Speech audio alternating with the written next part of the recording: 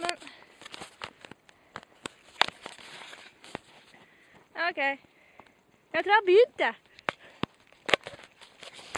Jeg må bare... Ja da, kom da.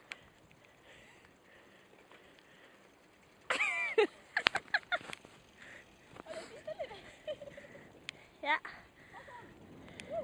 Det er bra, det er bakbrems på den her, for jeg holder ikke på den siden som jeg har brems på.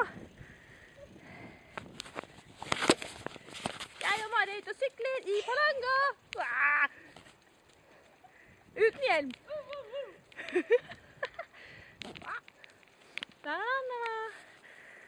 Natur. Jeg sykler utenfor veien.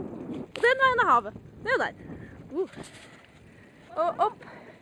Opp, der var det en trapp. Gud vet. Opp en trapp og ned.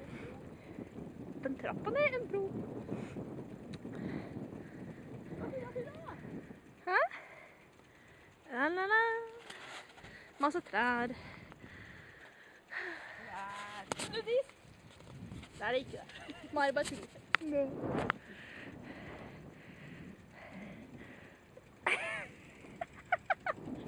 Ha det! Ja, det var fint skog da. Fin skog.